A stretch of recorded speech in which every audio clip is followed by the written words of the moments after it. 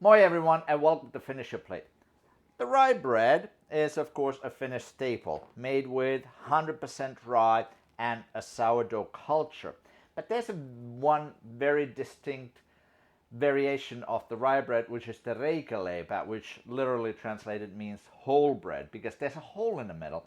What they used to do several decades ago is they would bake a whole bunch of Reikäleipä and then they would hang these to dry through poles in the center. But of course that's not so much done anymore because bread is readily available and even rye flour is readily available through the year. However, the bread shape still lives on.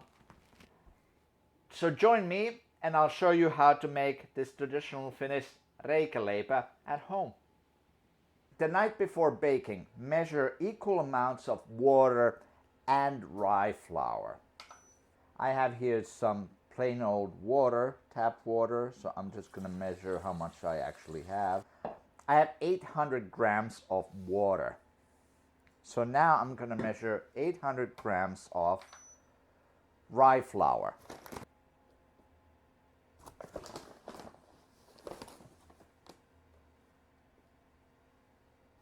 There we go. Also measure out 2% of the flour weight of salt. So since I have 800 grams, I'm going to measure out 16 grams of salt. Now we're just going to mix about 2/3 of the rye flour in here. We're going to reserve about 1/3.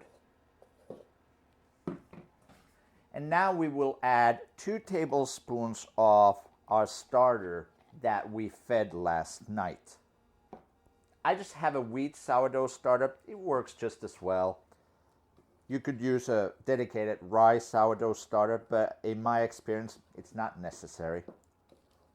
And we'll just mix this all in, mix the starter in. And there we go.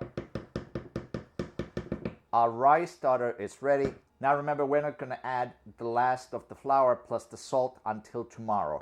We're going to cover this, leave this on the counter, and get back to it in the morning.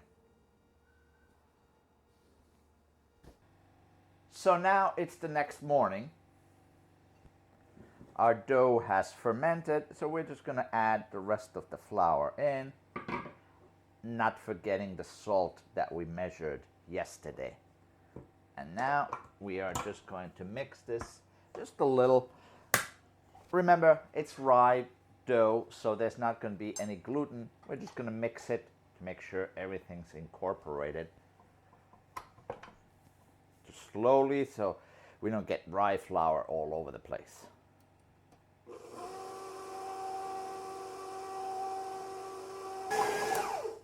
And that's really all that's needed.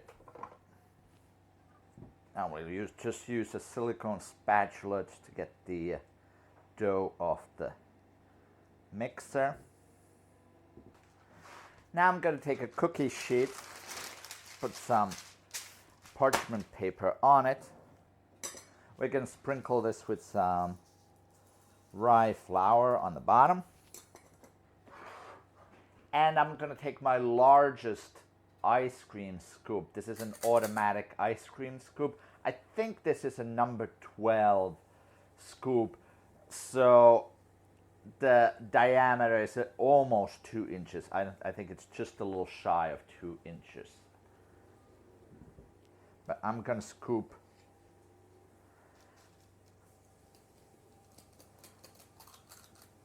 I'm going to scoop 7 scoops. Try to get them on top of each other as much as possible. You don't have to be exact, but the closer to on top of each other you get, the rounder your bread will be. Now I'm going to wet my hands, and with wet hands, kind of look like doing pottery. I'm just going to spread out the dough, trying to make it as round as possible. Once your fingers start sticking, it's time to wet them again. So the dough should be about 1/4 inch thick, maybe 1/2 inch thick. And the bread should be fairly large. Try to even out so that it's perfect circle. Obviously, it's one of those things, whether it's perfect circle or not, it's not going to affect the taste. It's going to look a little bit more rustic, like mine is a little bit oblong. That's all right. It's perfectly fine. And now I'm going to use a cookie cutter to cut that distinctive hole in the middle. Select a cookie cutter that's kind of proportional to the size of your bread. Too small and it kind of looks weird, and also too large, and same thing again. So try to pick something that's about, at most, I would say, 1/3 of the size, 1/3 of the diameter of the bread itself, at most. And I'm just gonna spray some oil on it, just so that the dough it has a tendency to stick really bad. This is very sticky dough. So now, we're just gonna press center, do a quick twist, and then scoop out the center. And now we'll just sprinkle some more rye flour on the bread. A lot of times also what you see is patterns where there's already sectors cut out from the bread. Or you could even write your initials on the bread, like so. Now we're going to leave this proofing while we're doing the other breads. And the last thing we'll do before baking the bread, we're just going to dock the dough with a dough docker.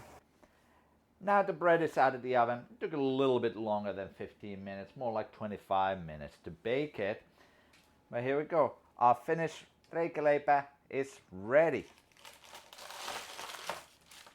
I'm just going to take this out, clean out the little pieces, and also we made a couple of small rye breads. And of course, you have to serve it with some butter, because nothing's better than fresh rye bread with a little bit of butter. So how you serve this is, first you cut a sector out of the loaf, like that. That's what these little indentations are for. Now you have a sector, so optionally you can still cut this in half. Some people I've seen, they eat the sector as a whole, but I like to cut mine in half, like this. So now you can see the crumb texture of the rye bread. And then you serve it with maybe a little bit of butter or some margarine nowadays.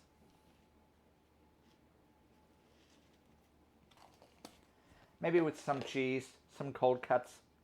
Either way, there's few things better than freshly baked bread with a little bit of butter or margarine on it. Thanks for watching. I'll see you next time on Finish Your Plate.